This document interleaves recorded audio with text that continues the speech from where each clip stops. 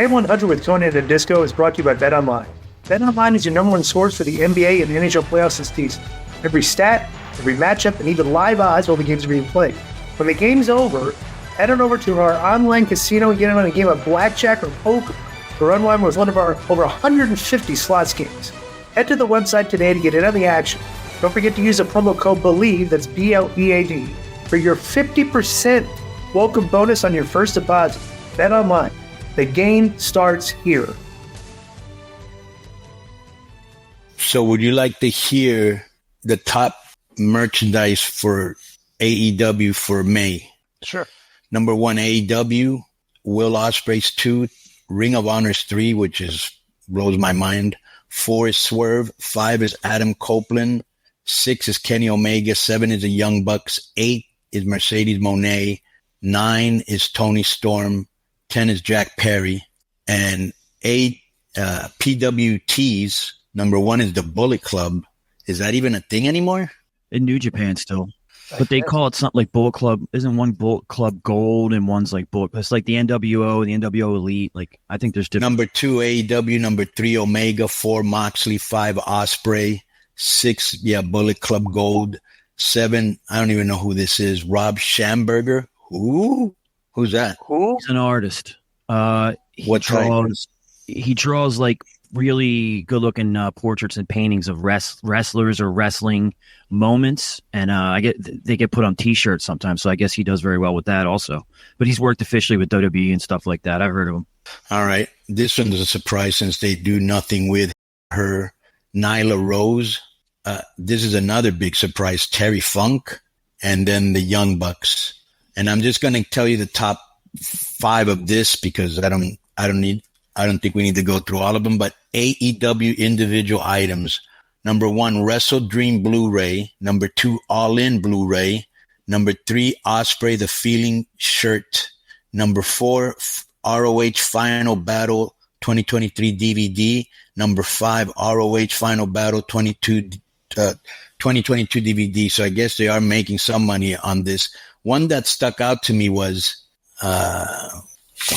Orange Cassidy E-Pack. You know what those E-Packs are? Was it like a cigarette thing? No, it's like those digital, like baseball card type things. Okay. Right. Yeah. I Googled it real quick. It looks like AEW has some kind of deal with Upper Deck, and they produce them pretty regularly for pay-per-views and different guys. Also, I'm going to give you the merch estimates for the month of May for WWE. Number 1, Punk. Number 2, Jey Uso. Number 3, Rhodes. Number 4, Steve Austin. 5, Rock. 6, Orton. 7, Reigns. 8, Wyatt. 9, Rey Mysterio. And 10, Liv Morgan. And let me give you just the top 3 or 4 specific items. Number 1, Uso Yeet shirt. Number 2, Return of Punk black T-shirt. Surprised you don't have that, Joe. Number 3, Austin and Booker T Rivals T-shirt. Number 4, Punk's got 2 in the top 5. Best in the World shirt. Okay, and number 5, white Jey Uso Yeet shirt. The first one is a black one. And for the whole year, because this was May, top 10 are Rhodes, Punk, Uso, Reigns, WWE, Austin, Wyatt, Orton, Rock, and Ripley. Did you see that thing that Joe sent us, Disco? Because I would like somebody to read it. Thurston Howell III sent a live report from going to Buffalo. Who did? Thurston Howell III from Gilligan's Island. Wait. Yeah. All right. Hey, before you read so Thurston Howell went to the show? Right. Yeah. I just wanted to show you something real quick. I don't know. Okay, my live experience is hang on one. Let me just show you this real quick because this could go either way. Either you guys are going to appreciate this or you're going to ask me why I showed you. But here's the kind of stuff that guy Rob Schamberger does. There's a good one across in Scarlet. Just like that. But I guess it winds up on T-shirts. Yeah. And that's cool art. Right. Yeah. I can see that. I just didn't know who he was. Go ahead. Yeah. All right, good. Okay, so here's his live experience. My live experience in the arena in Buffalo is a stark contrast between physical reality and what we're inundated with online, mainly in the form of tweets, podcasts, or other media with perverse incentives. But first, I have to mention the attendance. There were no fans in the middle bowl, 200-level seats at KeyBank Center on Wednesday night, except for some accumulated opposite the hard camera. Also, opposite the hard cam, the 100 level was densely crowded, as you'd expect. Attendance was more sparse than the rest of the lower bowl. There were no fans at all in the 300 level, and the latest WrestleTix estimate is that this is 4,045. But I wouldn't be surprised the attendance was lower, as many sections were tarped, which might not have been accounted for. I was told comps are made available for staff of the Sabres, Bills, and the Bandits, the latter is a lacrosse team. And to put that in better context, though, I don't know how normal that is for AEW in general in recent times. Tony Khan came out on the stage before Dynamite, which he does at every show, as well as between tapings of Dynamite Collision. Intentionally or not, it serves to reinforce Khan as the company's public face. He surveyed the crowd about Buffalo wrestling legend Ilya DiPaolo, whose name carries on locally thanks to his restaurant in South Park Avenue, which we've been to many times. Yes. And about very nice guy. Very nice guy. And about whether fans in attendance tonight had been to prior shows. He referenced Time Cop, which he called his favorite movie, as he did in Fairfax, as he reminded fans to be taping matches after Dynamite for Saturday's Collision tapings. Have you ever seen that MJF movie? and Danny Garcia opened the show. Yeah, but it was kind of a piece, wasn't it?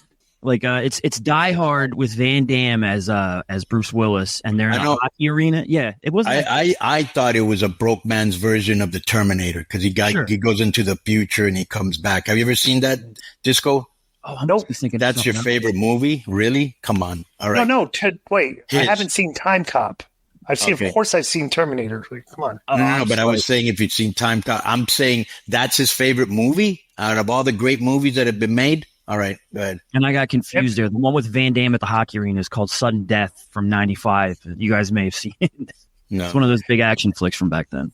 MJF and Danny Garcia opened the show with strong reactions from the crowd, which is prone to be hot as the TV portion of the event opened. For disclosure, I helped train Garcia here in Buffalo. Wait a second. This is Brandon Thurston trained Danny Garcia? Who? What? Is it? Who's this from? Is this from whose correspondence report is this? Joe, you sent it. Who is it? I think it's Brandon Thurston, but I just want to confirm. Live experience. Yeah, that's Brandon. Okay, so I was unaware that he had any. Like a geek. He doesn't sound like somebody that's training anybody, but go ahead. Okay.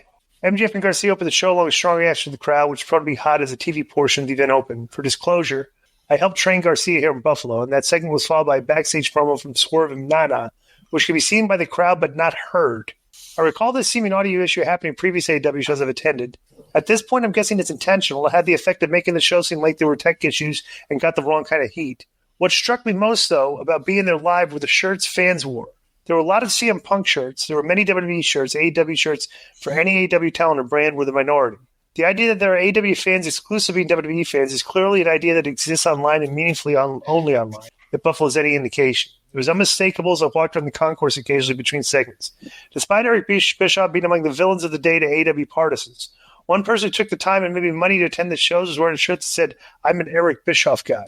The notion that AEW fans are more sophisticated, more knowledgeable is barely evident, despite Twitter users and media harassing Nielsen data, and we've reported about income and education level of WWE and AEW viewers. The crowd in Buffalo didn't react at all to the Los Ingobernables tag team, Shingo Takagi among them, who were in the first match of the Dynamite taping. Naito got little reaction when he appeared to confront Jon Moxley.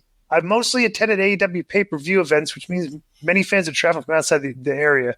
So attending this show seemed like an indication of AEW's weekly audience, unless Buffalo is just a patently unaware wrestling market. As a Buffalonian with enough local permission, I have to admit I'm open to the possibility. In fairness, the crowd was appreciative and invested in Zack Sabre Jr. versus Kyle O'Reilly, which is a strong technical match. It was a very un-WWE match. It's hard to imagine happening in a WWE ring. When Ishii came out to side with Orange Cassidy, there's a brief and light Ishii chant. But some of the acts this audience strongly responded to are some that are debated online among AEW diehards. The claims purportedly tired act brought people to their feet. Tony Storm was less but nearly as over. People were waving back at Jericho despite him being a heel, despite fans chanting NDA at him on pay-per-view at the end of last year. AEW in this setting and a building about a third full definitely felt like a cold promotion, like a sports team in rebuilding mode. The tempting conceit with wrestling, though, lacking any undeniable scoreboard, is that everything is always great, a word Konnan in his interactions with press is continually fond of. Alternatively, he could acknowledge what everyone can see for themselves, earn some credibility, and tell a story about how he's addressing it because there's reason to be hopeful. Swerve and Ospreay were over to an impressive level in the main event, and watching and listening to the crowd, it became clear to me there's a path to elevate Swerve, Ospreay, and MJF as a company's three top stars for the long term, standing well above the rest, within whom star power can be concentrated in a value that translates into better TV ratings and attendances. If so, whether Khan recognizes this and has the leadership to follow through is another question. AEW's track record of developing talent 5 years in is marked by limited upward mobility, promising young wrestlers lost in the shuffle, and an inability to balance competing egos of wrestlers with different creative visions and a propensity for discontent. That's interesting, that last sentence. Let me read this again. AEW's track record of developing talent 5 years in is marked by limited upward mobility, promising young wrestlers lost in the shuffle, and an inability to balance competing egos of wrestlers with different creative visions and a propensity for discontent. Well, why am I not hearing any of this? That last part of that sentence. Why is that not being reported? I'm not. Are you hearing stuff about egos of wrestlers with different visions and a propensity for discontent? I don't have to hear it. I know it. Okay, well, who is he talking about? And I mean, through the years, Di, we heard about Cody not getting along with the Bucks and Omega. Then there was Punk and everybody, and so there's been. What about now? Well, you've got. At the end of the day, you still have a locker room full of indie guys, young, immature people that everybody wants. Wondering why this guy's on top and I'm not on top, and clicks and all that. Just because you got rid of Punk, that's not the problem. There's still people there that think that way. You know what I'm saying? Well, right, okay, but I didn't even think of this, and that even happens in my dressing room. I'm sure it happens in MLW. I'm sure that happens everywhere. Perfect example. I didn't even think of this, but he's a buddy of ours, and I like the guy. But I would consider Brian Cage to be a guy that's discontented right now. Like, I say because the guy's been beat repeatedly, but you can see on. You just look at the guy and you're like, why are they not pushing this guy? Like, you know what I'm saying? Right. So I just wonder, I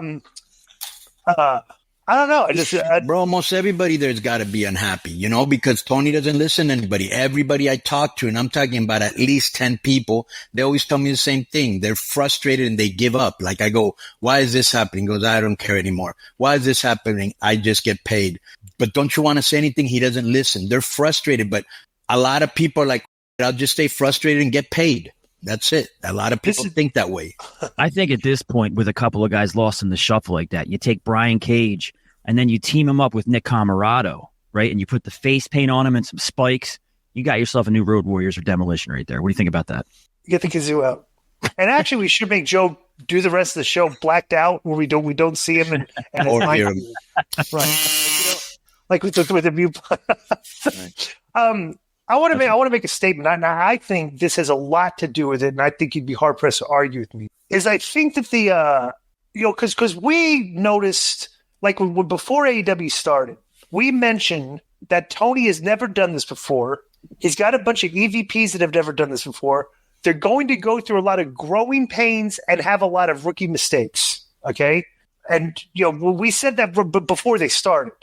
What happened was, though, is that you had the online community, the media included, and the Mark podcast and everybody, all collectively, 100% of them together combined became fanboys of the product. Okay? And during the course of time when there were obvious criticisms that need to be addressed, even when they were doing well, you could see things that were at the end of the road, you could see things coming. Okay? That community demonized voices like us and Bischoff and Cornette that were trying to point out criticisms of products that were 100%, especially today, everybody backtracked to look at like, yeah, these guys are right about most of this stuff, okay? And what's happened is that the online community and fanboy mentality Tony fed into because he likes being put over. The guy's like a positive guy. It was like, so any negative criticism this guy looked at is like, well, they're just haters, right?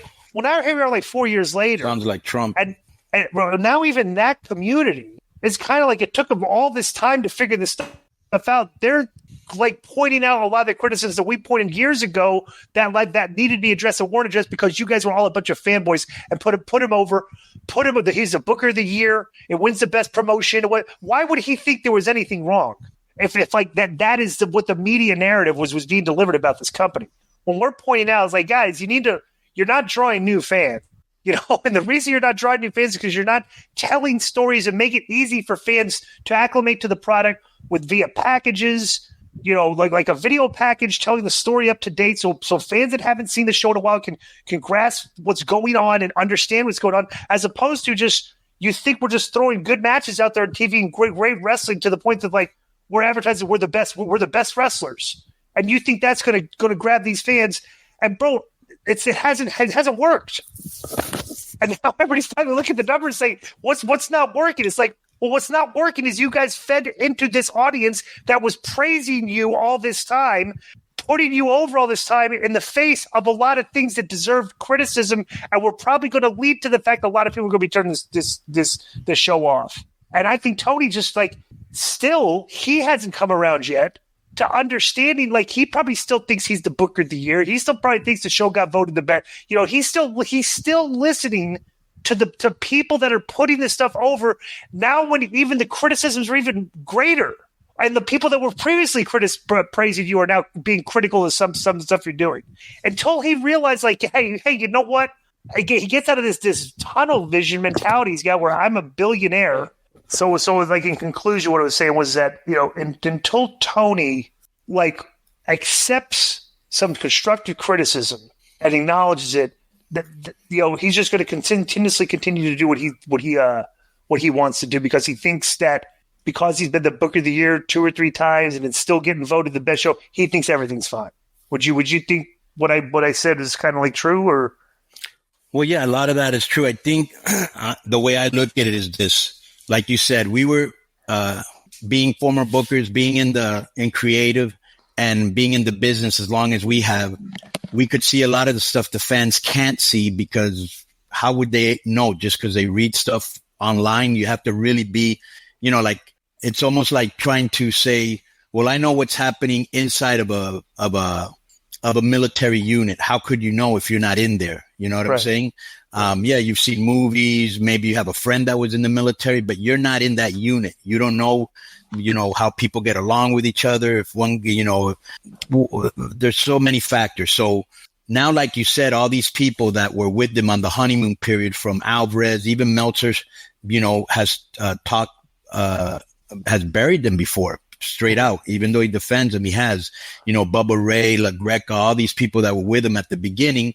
They can no longer hide the fact that they're not doing really good business, and it shows. And the problem is he's in that bubble where everybody's overpaid. Nobody's going to tell the boss you're wrong because everybody wants to keep collecting that paycheck. And then you had his hardcore fans who voted him in as Booker of the Year, and he believes the hype, and he doesn't like to listen to a lot of people, and he's stretched out too thin, and then you've also got the thing that, they're still on the air. He's got 3 shows, so he's thinking, I can't be doing too bad. All my shows are still on the air, but we're going to find out when he gets his TV rights how much they think he's worth. When he got the 500,000 last week, I was thinking maybe this will wake him up a little bit, but he went up again. So now he's probably thinking, I'm not doing nothing wrong, but that's the problem. He doesn't listen to nobody. People are frustrated because I know this for a fact, bro, and I'm not going to bury anybody, but I know a lot of people that work there that I'm in contact with, and they're just frustrated because he doesn't listen, so they just say, I give up, and that's not a good way to run your company. That's not good leadership either. Not to mention the fact that a lot of people got away with because he doesn't like confrontations, Right. So there's so many mistakes going on there, and it's sad because I don't have to say this anymore. I like Tony as a person, and we've got a lot of friends there, but they're not doing things the right way, right. And that doesn't make us haters, Right. And so that's what I would say on that. Well, let me ask you a question. What would be your first thing you would do in, if you were if they brought you in and say, hey, we'll help turn this around, what's the first thing you would do? Yeah, I would have a meeting with all talent, and I would lay out the rules. This is how we're going to run. If you don't want to be here, you can get out now. And if you don't want to get out now, then I am going to kick you out. I don't need to have a bloated payroll just to be Mr. Nice Guy. And everybody say, oh, during the pandemic, I didn't fire anybody. I'm not running for mayor. I'm trying to run a business. And you got a lot of immature kids. Same that happened at WCW, bro. I'll never forget this. I remember when I went there to do an angle with Tully Blanchard, and Santana came up to me, and this has got to be at least 2.5, 3 years ago. And this is when all the WWE guys were coming in, and all the tension, and Sammy Guevara and Andrade and Thunder Rosa and Britt Baker, and people wanted to fight and all this. And he was going, this is what WCW was like? He goes, exactly. And so, when they say, I'm not going to do Eric Bischoff mistakes. Yeah, you've made a couple of them already. You know what I'm saying? And some he didn't even make.